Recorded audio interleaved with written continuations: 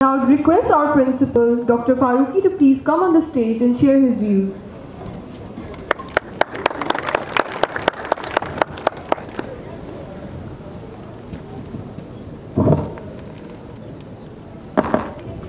बिस्मिल्लाहिर्रहमानिर्रहीम रब्बि इश्रह ली सदरी व यस्सिर ली अमरी वाहलुल उक़दतम मिन लिसानी यफ़क़हू क़ौली। सबसे पहले तो मैं art and literary society, music society, professor Fawad और उनकी सारी टीम को मुबारकबाद पेश करना चाहता हूँ कि उन्होंने आज इतना अच्छा फंक्शन अरेंज किया, इतना अच्छा इवेंट अरेंज किया। इसके बाद मैं आप सब लोगों को डायमंड जुबली इंडिपेंडेंस डे की मुबारकबाद पेश करना चाहता हूँ। मुझे जब स्टूडेंट्स ने कहा कि आपने कुछ बात करनी है यौम आज़ादी के हवाले से, तो मुझे बहुत शर्मिंदगी महसूस हुई। शर्मिंदगी मुझे इसलिए महसूस हुई कि जो पाकिस्तान जिसमें हम आजकल अपनी ज़िंदगी गुजार रहे हैं, क्या ये वही पाकिस्तान है जिसका ख्वाब अल्लामा इकबाल ने देखा था और जिसके लिए कायदे आज़म और उनके रुफ़क़ाए कार ने दिन रात मेहनत की और हमारे बुजुर्गों ने कुर्बानियाँ दी। मेरा ताल्लुक उस जनरेशन से है जिसने पाकिस्तान बनते तो नहीं देखा, लेकिन हमारे पेरेंट्स ने पाकिस्तान को अपनी आंखों से बनते हुए देखा और बचपन से उन्होंने हमें वो सारी स्टोरी सुनाई कि जो उनके साथ बीती जब वो कंबाइंड इंडिया में थे और किस तरह उन्होंने आज़ादी हासिल की और क्या क्या कुर्बानियाँ दी। ये जो मेरी नई जनरेशन यहाँ बैठी हुई है, मैं इनसे भी शर्मिंदा हूँ कि इनको जो पाकिस्तान हमने बना के दिया अभी तक, क्या ये वही पाकिस्तान है जिसका ख्वाब अल्लामा इकबाल ने देखा था या कायदे आज़म ने जिसके लिए मेहनत की और हमारे बुजुर्गों ने कुर्बानियाँ दी। मैं आपको सिर्फ ये बताना चाहता हूँ कि आई डोंट नो कि आप लोगों को ये पता है कि नहीं, कम से कम 1 लाख से ज़ायद लोग शहीद हुए थे सिर्फ उस इवेंट के लिए, उस पार्टीशन के दौरान जिसके बाद हमें ये आज़ादी मिली। ये कोई मामूली आज़ादी नहीं थी। लेकिन हमने क्या किया, मैं अपनी जनरेशन को ब्लेम करता हूँ बेटा, मैं आप लोगों की जनरेशन को ब्लेम नहीं कर रहा कि हमने क्या किया। पहले 25 साल में तो आधा पाकिस्तान घुमा दिया और उसके बाद हम बाकी पाकिस्तान का जो हशर हमने किया और अपनी तरफ से पूरी कोशिश की कि बाकी पाकिस्तान भी ना बचने पाए। एक ऐसा काम हम सही नहीं कर सके कि हम पाकिस्तान को कम से कम उस डायरेक्शन में लेके जाते जो डायरेक्शन हमें हमारे कायद ने दी थी। सबसे पहले तो एक मैं क्वेश्चन ये पूछना चाहता हूँ कि आज़ादी का मतलब क्या है? What is independence? If you look into the dictionary, Oxford Dictionary, the word independence means to live your own life without the support, without the influence, without the aid or like of others. अब अगर ये definition है independence की, तो आज देखें, आज हम डिपेंडेंट नहीं है, हम तो हर चीज के लिए डिपेंडेंट हैं। हम लोग IMF के डिपेंडेंट हैं, हमने उनसे एड लेनी है। हम तो जिंदा नहीं रह सकते। हम अमेरिका के डिपेंडेंट हैं, अमेरिका के बाद हम चाइना के डिपेंडेंट हो गए। हम तो हर चीज के लिए, हर काम के लिए लोगों के डिपेंडेंट हैं। हम ये कौन सी जिंदगी गुजारी है, ये कौन सी इंडिपेंडेंस है जिसको हम देख रहे हैं यहाँ पे, और किस चीज का हम जश्न मना रहे हैं? जरूर मनाइए जश्न, जश्न मनाना अच्छी बात है, लेकिन बेटा ये भी सोचना है कि आया हम वाकई आज़ाद हुए थे कि नहीं हुए थे? आया हम अग़यार की गुलामी से, अभी ये बच्चों ने एक बड़ी अच्छी बात की, उन्होंने कहा कि ज़हनी गुलामी जो है वो हमारी अभी तक कायम है। फिजिकली तो शायद हम आज़ाद हो गए, हम अपने मुल्क में भी रह रहे हैं, अपने मुल्क को पाकिस्तान कहते हैं और वो हर साल जश्न आज़ादी भी मनाते हैं, लेकिन क्या हम वाकई ज़हनी तौर पर आज़ाद हो चुके हैं? अल्लामा इकबाल ने एक आज़ादी की डेफिनेशन हमें दी थी, अपनी मिल्लत पर कयास, अपनी मिल्लत पर कयास अवाम मगरिब से न कर, खास है तरकीब में कौमे रसूल हाशमी। ये कौम जो हम बनने जा रहे थे, आया हम वो कौम बन गए? आया हम एक कौम हैं? क्या हमें एक कौम की डेफिनेशन का पता है? अगर आप नेशन या कौम की डेफिनेशन देखें किसी डिक्शनरी में, तो a nation is a group of people who have very strong conviction to live according to their own ideology, own traditions and own culture. तो क्या आज हम एक कौम हैं? मेरे ख्याल में हरगिज नहीं। हम वो कौम नहीं हैं जिस कौम को हमारे कायदीन, हमारे अल्लामा इकबाल, कायदे आज़म और हमारे बुजुर्ग हमें बनाना चाहते थे। हम वो कौम क्यों नहीं बन सके? आज हम बहुत बात करते हैं, अभी आपके बच्चों ने भी बात की थी कि जमहूरियत की बात की। दानियाल था जो हमारा, जिसने पहला स्पीकर, उसने जो बात की कि जी हमें जमहूरियत नहीं मिली, हमें लीडर नहीं मिला। लीडर की तो हम रोज बात करते हैं कि जी हमें लीडर नहीं मिला, जो लीडर मिलता है करप्ट मिलता है। लीडर कहां से आते हैं?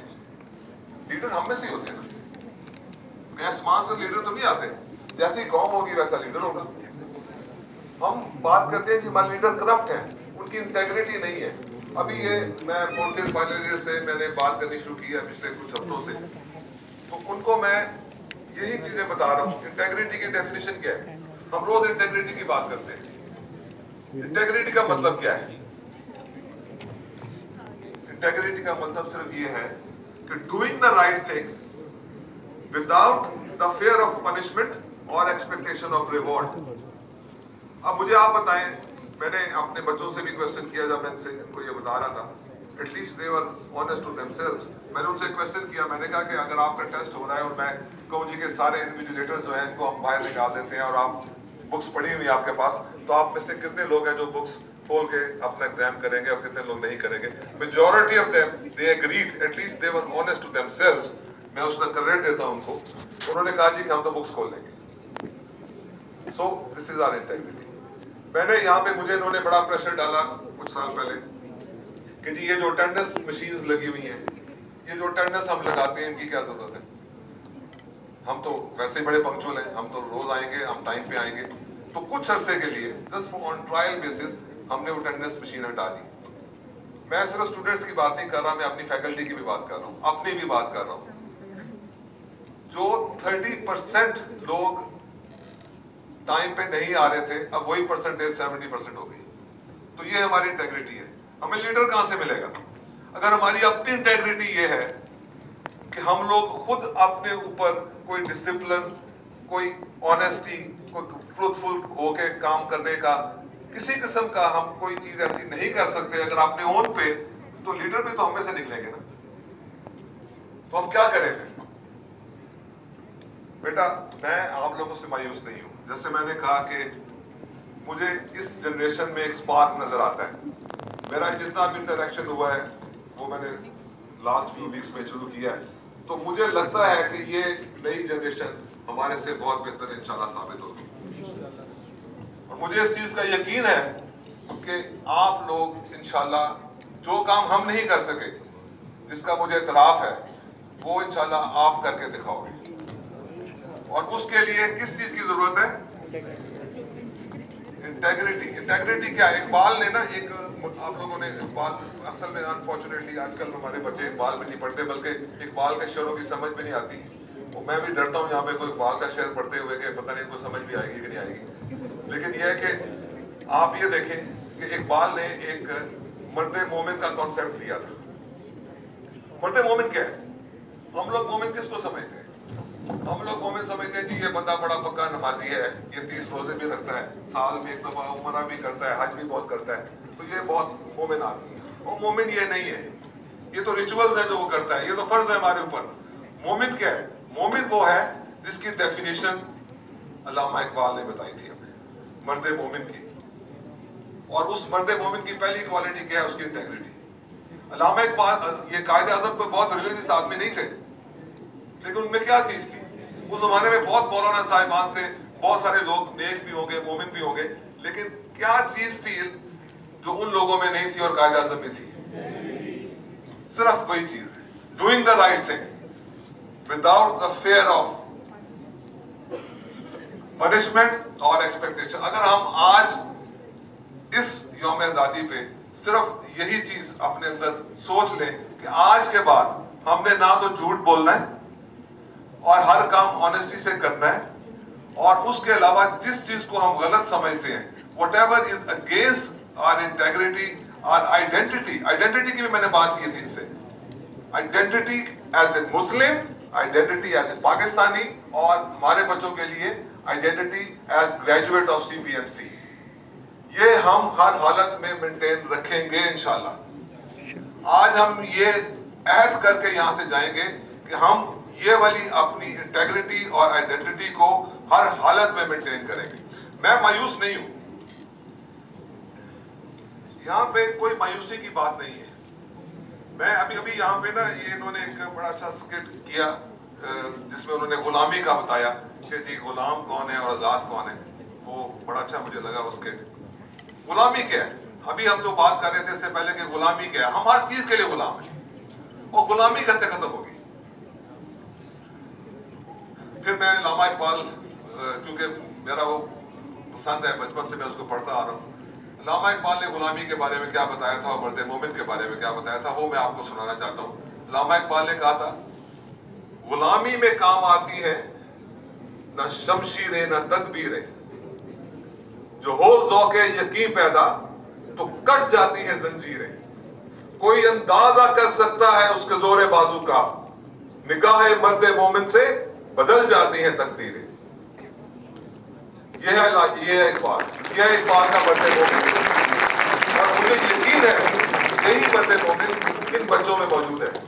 आज की जनरेशन में, ये जो नई जनरेशन है, इसमें ये मर्द मोमिन इंशाल्लाह हमें जरूर मिलेगा, क्योंकि यही मर्द मोमिन है जो हमारी तकदीर को बदल सकता है।